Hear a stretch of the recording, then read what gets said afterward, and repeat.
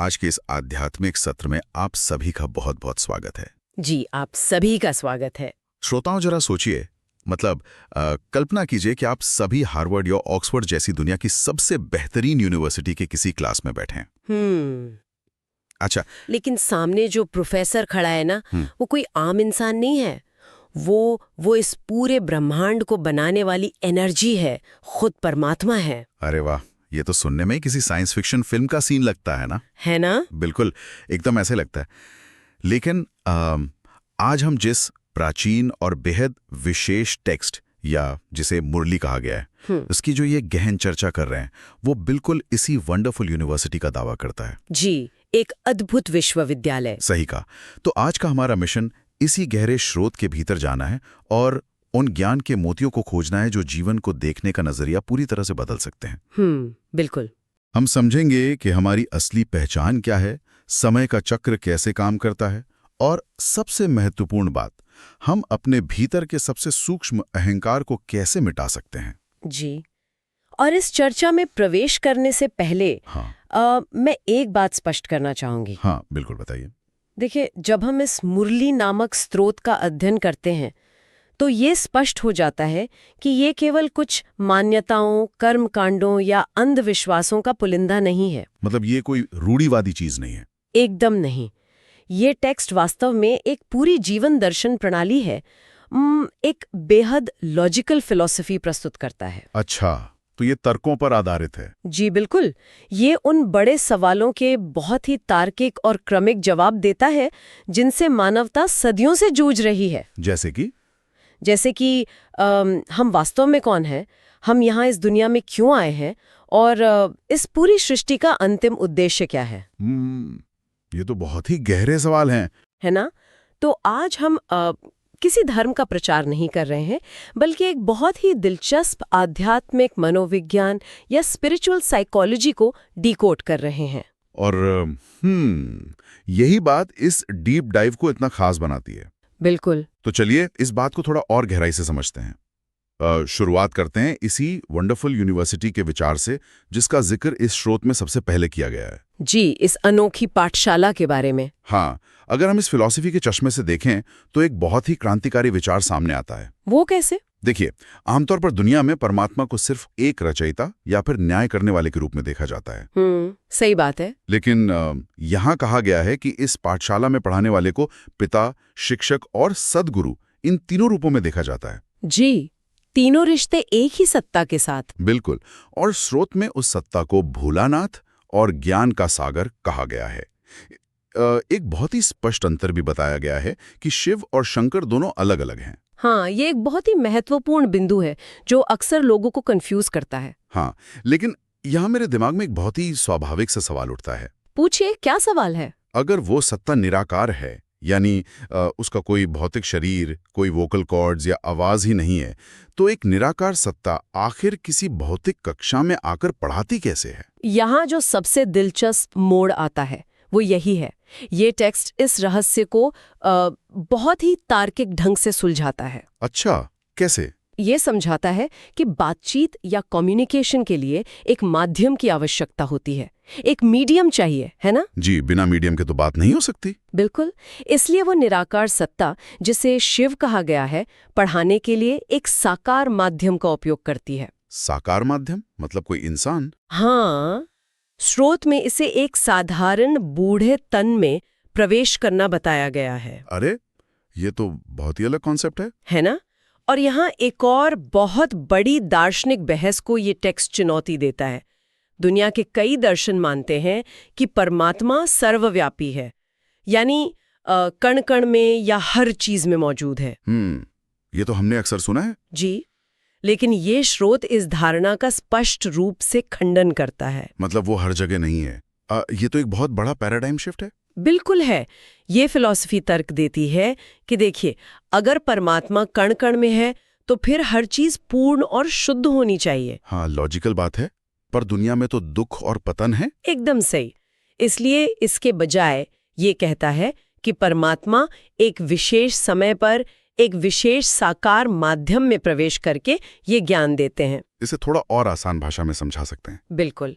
इसे ऐसे समझिए, जैसे एक रेडियो स्टेशन से तरंगे तो सब जगह प्रसारित होती हैं, लेकिन उन्हें सुनने के लिए आपको एक विशेष रेडियो सेट की आवश्यकता होती है जो उस फ्रीक्वेंसी को पकड़ सके। वाह, ये रेडियो सेट वाला उदाहरण वाकई बहुत सटीक है।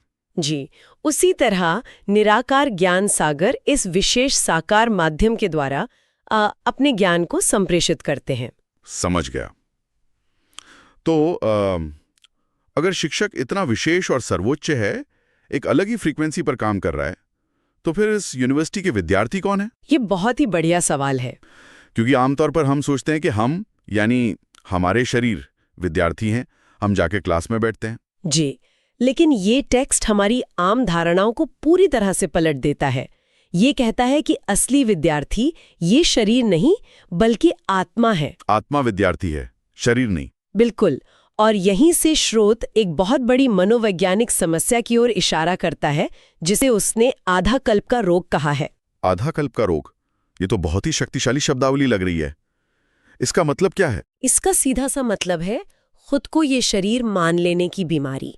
अगर हम इसे आधुनिक मनोविज्ञान से जोड़ें तो ये ईगो आइडेंटिफिकेशन की चरम सीमा है। हाँ, और इसे समझना इतना मुश्किल भी नहीं है। मतलब ये तो बिल्कुल वैसा ही है जैसे कोई इंसान VR हेडसेट पहनकर कोई बहुत ही इमर्सिव वीडियो गेम खेल रहा हो। अरे वाह, बहुत अच्छा उदाहरण दिया आपने। है ना? और गेम खेलते खेलते वो इंसान इतना खो जाए कि वो ये भूल ही जाए कि वो बाहर बैठा एक प्लेयर है। बिल्कुल। और खुद को उस गेम का कैरेक्टर ही मान बैठे। जब उसे गेम में चोट लगे तो वो असलियत में रोने लगे। एकदम सही एनालॉजी दी आपने। हम अपनी रोजमर्रा की जिंदगी में यही तो कर रहे हैं। हाँ, जब कोई हमसे पूछता है कि हम कौन हैं, तो हम तुरंत कहते हैं मैं फलाना हूँ, मैं इस कंपनी में मैनेजर हूँ, मैं डॉक्टर हूँ या मैं भारतीय हूँ। जी, हम अपनी पूरी पहचान अपने शरीर, अपने पेशे या अपने जेंडर से जोड़ लेते हैं। बिल्कुल। और ये टेक्स्ट समझाता है कि वास्तव में काम आत्मा करती है। वो सिर्फ शरीर के अंगों का यानी ऑर्गन्स का उपयोग एक उपकरण की तरह करती है। मतलब शरीर सिर्फ एक बायोलॉजिकल स्पेस सूट है। हाँ, बायोलॉजिकल स्पेस सूट। या जैसे एक ड्राइवर कार चलाता है, कार का मॉडल हर बार बदल सकता है, शरीर का नाम हर जन्म में बदल सकता है, लेकिन उस ड्राइवर का यानी आत्मा का जो मूल स्वरूप है वो कभी नहीं बदलता। बहुत ही गहरी बात है। और इस शरीर बोध की रोग ने ही इंसान के अंदर सारे डर, लालच और असुरक्षाएं पैदा की हैं। और शायद इसीलिए इस गहरे VR गेम से बाहर निकालने के लिए या इस शरीर बोध के रोग से मुक्त होने के लिए स्रोत एक बहुत ही विशेष प्रक्रिया का सुझाव देता है। जी, जिसे 7 रोज की भट्ठी कहा गया है। हाँ, अब यहाँ आकर मुझे थोड़ा पुशबैक देना होगा। अच्छा, बताइए क्या संशय है? क्योंकि देखिए, जब हम भट्ठी शब्द सुनते हैं तो दिमाग में ईंटें पकाने वाली भट्टी या बहुत तेज आग की तस्वीर उभरती है। हाँ, स्वाभाविक है। आज के इस बेहद व्यस्त दुनिया में जहां आप सभी लोग 9 से 5 की नौकरियां कर रहे हैं, EMI भर रहे हैं, परिवारों की जिम्मेदारियां उठा रहे हैं, जी, क्या किसी के लिए पूरी तरह से 7 दिन के लिए बाहरी दुनिया से कट जाना व्यवहारिक रूप से संभव है? और इस भट्ठी का मानसिक पहलू वास्तव में क्या है? ये सवाल बहुत वाजिब है और मुझे खुशी है कि आपने इसे उठाया। जब लोग भट्टी या रिट्रीट सुनते हैं तो उन्हें लगता है कि सब कुछ छोड़कर हिमालय या किसी जंगल में जाना पड़ेगा। बिल्कुल, लोग यही सोचते हैं। लेकिन ये टेक्स्ट बहुत व्यवहारिक है। नौकरी पेशा लोगों के लिए भी इसमें पूरी गुंजाइश दी गई है कि वे ये ज्ञान लेकर अपनी सामान्य दिनचर्या में वापस जा सकते हैं। अच्छा, तो फिर इस भट्टी का असली मतलब क्या हुआ? भट्ठी का जो असली अर्थ है वो शारीरिक एकांतवास से कहीं ज्यादा मानसिक एकांतवास है। मतलब ये कोई डिजिटल डिटॉक्स जैसा है? उससे भी एक स्तर गहरा। भट्टी की आग दरअसल वो मानसिक और आध्यात्मिक प्रक्रिया है जहां हम अपनी पुरानी अशुद्ध आदतों और नकारात्मक विचारों को जलाकर भस्म करते हैं। आदतों को बदलना। जी, न्यूरोप्लास्टिसिटी के नजरिए से देखें तो हमारी आदतें हमारे दिमाग में गहरे तार यानी न्यूरल पाथवेज बना चुकी हैं। बिल्कुल, आदतें छोड़ना बहुत मुश्किल होता है। मैं ये शरीर हूं की कंडीशनिंग इतनी गहरी है कि इसे तोड़ने के लिए एक इंटेंस फोकस चाहिए। समझ रहा हूं। तो ये भट्टी खुद को उस मानसिक शोर से, उस पतित संग से दूर करना है जो हमें हमारी असली आत्म अभिमानी स्थिति से भटकाता है। वाह, यह 7 दिन की प्रक्रिया आत्मा के लिए एक सिस्टम रीबूट की तरह है। System reboot? हाँ, पुराने करप्ट सॉफ्टवेयर को हटाकर आत्मा का जो ओरिजिनल सॉफ्टवेयर है, शांति और शुद्धता का उसे इंस्टॉल करना। अब मुझे बात समझ आ रही है। ये सिर्फ दुनिया छोड़ने की बात नहीं है, बल्कि दुनिया में रहते हुए अपने नजरिए को रीबूट करने की बात है। बिल्कुल सही। लेकिन यहाँ एक और बड़ा सवाल खड़ा होता है। जी, पूछिए। खुद को इस तरह से शुद्ध करने की, इस भट्ठी से गुजरने की इतनी सख्त आवश्यकता इसी समय क्यों महसूस की जा रही है? ये टेक्स्ट इसका जवाब समय की एक बहुत ही अनोखी अवधारणा से देता है। वो क्या है? इसके अनुसार वर्तमान समय कोई साधारण समय नहीं है, इसे कयामत का समय कहा गया है। कयामत का समय? यानी एक महापरिवर्तन, विनाश और घर वापसी का समय। ओहो, और यहीं पर ये फिलॉसफी समय को देखने के हमारे रेखीय यानी लीनियर नजरिए को पूरी तरह से चक्रीय या साइक्लिक नजरिए में बदल देती है। बिल्कुल। दुनिया आमतौर पर सोचती है कि समय बस एक सीधी रेखा में आगे बढ़ रहा है। हाँ, पास्ट से फ्यूचर की तरफ। जी, लेकिन ये टेक्स्ट 5000 वर्ष के एक निश्चित सृष्टि चक्र की बात करता है। 5000 वर्ष का चक्र? हाँ, ये चक्र सतयुग से शुरू होता है, जिसे स्वर्ग या निर्विकारी दुनिया कहा गया है, जहां आत्माएं पूरी तरह से चार्ज्ड होती हैं। Full battery. बिल्कुल। और वहां से शुरू होकर ये कलियुग तक आता है, यानी पतित और दुखों की दुनिया, जहां बैटरी बिल्कुल डिस्चार्ज हो चुकी है। एक सेकंड रुकिए। ये 5000 साल का चक्र थोड़ा कंफ्यूजिंग है। ऐसा क्यों? क्योंकि देखिए, आज की मॉडर्न साइंस तो पृथ्वी और मानवता के इतिहास को लाखों करोड़ों साल पुराना बताती है। डायनासोर, हिमयुग, विज्ञान तो कुछ और ही कहता है। तो क्या ये दर्शन समय को किसी मेटाफोरिकल यानी प्रतीकात्मक तरीके से देख रहा है या लिटरली? इसे समझना थोड़ा मुश्किल लग रहा है। मैं समझ सकती हूँ। ये एक बहुत ही गहरी और अक्सर बहस का मुद्दा बनने वाली बात है। जी। देखिए, विज्ञान और आध्यात्म के अपने अपने पैमाने हैं, लेकिन अगर हम इस टेक्स्ट के मनोविज्ञान पर फोकस करें तो ये पतित शब्द का प्रयोग करता है। पतित यानी पापी? नहीं, यहाँ पतित का मतलब कोई पापी या बुरा इंसान नहीं है, बल्कि इसका सीधा मतलब है एनर्जी का डिप्लीट होना। मतलब एनर्जी कम हो जाना? हाँ, जैसे एक नया मोबाइल फोन जब आप खरीदते हैं तो उसकी बैटरी शानदार चलती है। बिल्कुल, दिन भर चलती है। लेकिन सालों साल इस्तेमाल के बाद उसकी बैटरी कमजोर हो जाती है और उसे बार बार चार्ज करना पड़ता है। ये एनालॉजी तो बहुत सटीक है। तो ये 5000 वर्ष का चक्र दरअसल आत्माओं के आध्यात्मिक और नैतिक पतन का एक चक्र है, और इसमें सबसे दिलचस्प है वर्तमान समय, जिसे संगम युग बताया गया है। संगम युग यानी ट्रांजिशन का समय? बिल्कुल। ये वो संधि काल है जहां पुरानी डिस्चार्ज्ड दुनिया खत्म हो रही है और एक नई दुनिया आकार ले रही है। अच्छा। और इसी ट्रांजिशन को समझाने के लिए स्रोत में कुछ बहुत ही जबरदस्त और याद रह जाने वाली एनालॉजीज दी गई हैं। जैसे कि? जैसे जब कोई व्यक्ति अपना एक नया सुंदर मकान बनवा रहा होता है तो पुरानी झोपड़ी या पुराने मकान से उसका दिल अपने आप हटने लगता है। हाँ, उसका सारा ध्यान तो नए घर के फर्नीचर और पेंट पर होता। बिल्कुल, उसकी सारी उम्मीदें नए मकान की तरफ होती हैं।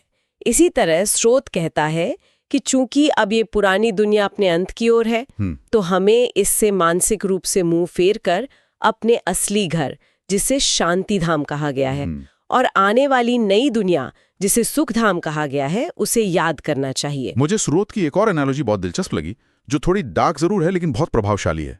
आप शमशान वाली एनालॉजी की बात कर रहे हैं? हाँ, शमशान की ओर ले जाए जा रहे मुर्दे की। जी। स्रोत कहता है कि जब मुर्दे को ले जाते हैं तो उसके पैर दुख की तरफ यानी इस पुरानी दुनिया की तरफ होते हैं और उसका मुंह आगे मंजिल की तरफ होता है। बिल्कुल सही। उसी तरह अब एक साधक की आत्मा का मुंह अपने स्वीट होम की तरफ होना चाहिए।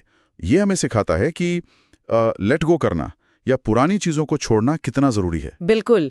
ये उदाहरण वैराग्य को या डिटैचमेंट को एक उदासी या निराशा के रूप में नहीं दिखाते। आप जानते हैं कि कुछ बेहतर आपका इंतजार कर रहा है तो पुरानी चीजों से लगाव खुद ब खुद छूट जाता है। बहुत खूब।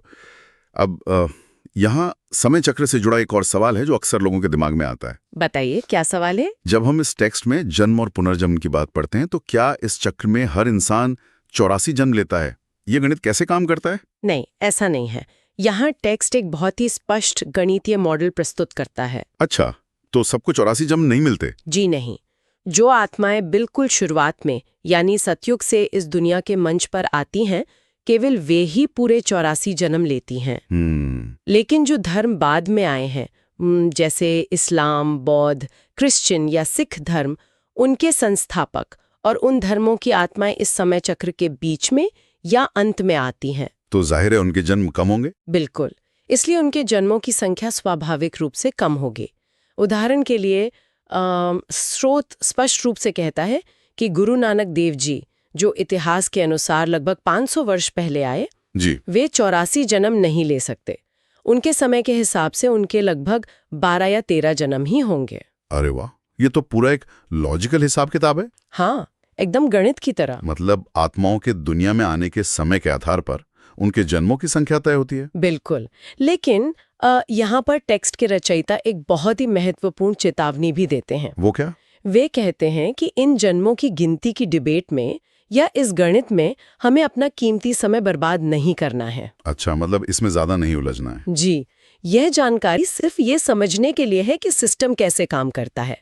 मुख्य काम इन बौद्धिक बहसों में उलझना नहीं है। तो फिर मुख्य काम क्या है? मुख्य काम है योग लगाना, उस प्राचीन राजयोग का अभ्यास करना जिससे आत्मा रूपी बैटरी फिर से चार्ज होती है। और जो पुराने पाप या कार्मिक बैगेज हैं वे नष्ट होते हैं। फालतू की बौद्धिक बहसों में बुद्धि लगाने से इंसान अपने असली लक्ष्य से भटक सकता है। ये बहुत ही प्रैक्टिकल बात है ना? हाँ, कई बार हम थ्योरी में इतने उलझ जाते हैं कि प्रैक्टिकल करना ही भूल जाते हैं। एकदम सही कहा आपने।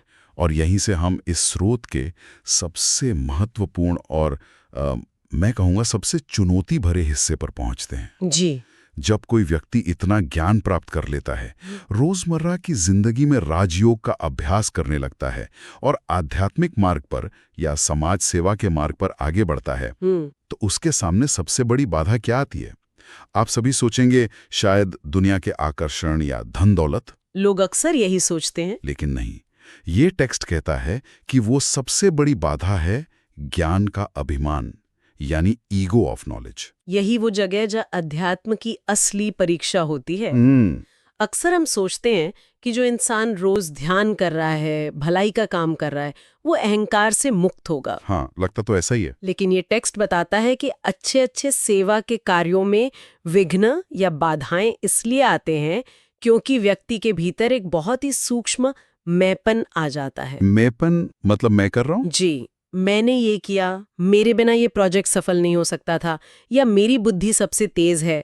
ये बौद्धिक अहंकार या सेवा का अहंकार है। बाप रे, आध्यात्मिक अहंकार तो सबसे खतरनाक और छिपकर वार करने वाला होता है। बिल्कुल। मतलब इंसान सोचता है कि मुझसे बड़ा त्यागी या ज्ञानी तो कोई है ही नहीं, और कई बार उसे इस बात का भी घमंड हो जाता है कि उसने अपना सारा घमंड छोड़ दिया है। जी, ये एक बहुत ही जटिल मनोवैज्ञानिक जाल है। तो इस सूक्ष्म अहंकार को तोड़ने का उपाय क्या है? इस टेक्स्ट ने इसका एक बहुत ही अचूक और शक्तिशाली मंत्र दिया है। खुद को निमित्त समझना। निमित्त?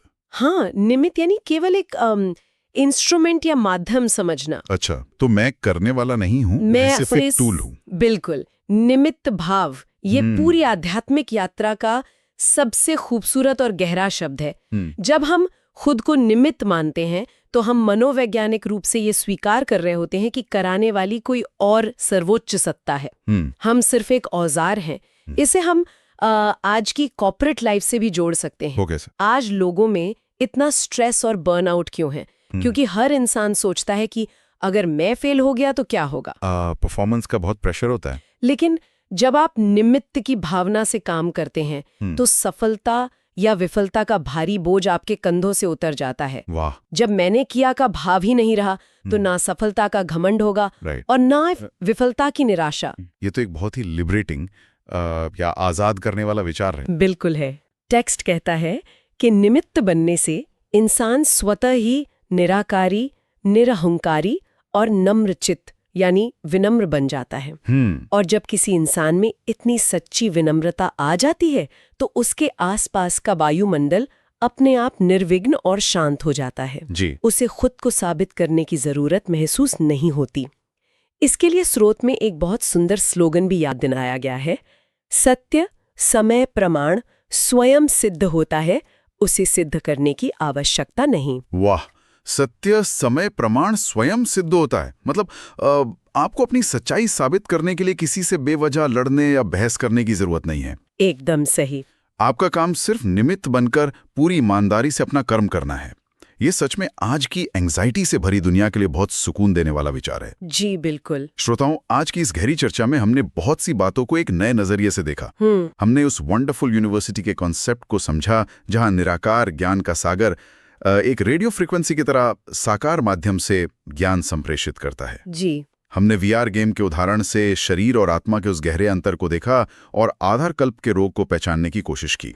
हमने पुराने मकान रूपी इस दुनिया से मानसिक डिटैचमेंट, बैटरी डिस्चार्ज होने के 5000 वर्ष के सृष्टि चक्र और 84 जन्मों के तार्किक गणित को समझा। बिल्कुल। और सबसे महत्वपूर्ण बात, हमने ये जाना कि आध्यात्मिक और रोजमर्रा की यात्रा में मैं ही कर सकता हूं वाला अहंकार कितना खतरनाक हो सकता है और निमित्त बनकर काम करने में कितनी बड़ी आजादी छिपी है। जी। और आज की इस पूरी चर्चा को समेटते हुए मैं आप सभी श्रोताओं के लिए एक विचार छोड़कर जाना चाहूंगी। हाँ बिल्कुल। जिस पर आप खुद गहराई से सोच सकते हैं और जिसे आजमा भी सकते हैं।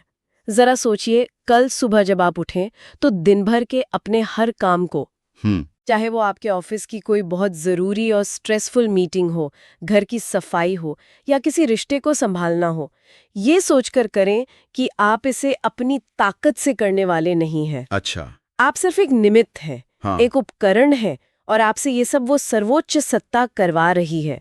हाँ। आप सिर्फ बिना किसी फल की चिंता किए अपना 100% दे रहे हैं। वाह। क्या आपको नहीं लगता कि अगर हम इस एक विचार को पकड़ लें तो हमारी दिन भर की सारी चिंता, सारा परफॉर्मेंस प्रेशर और सारा बोझ उसी पल हवा में गायब हो जाएगा? ये वाकई में एक बहुत ही शक्तिशाली विचार है। एक निमित्त बनकर जीना न सिर्फ हमें आध्यात्मिक रूप से मजबूत करता है, बल्कि हमारे रोजमर्रा के जीवन को भी बहुत आसान और आनंदमय बना देता है। आप सभी इसे अपनी जिंदगी में जरूर आजमा कर देखिएगा। जी। आप सभी का दिन शुभ हो। आपने हमें सुना, इसके लिए बहुत बहुत धन्यवाद।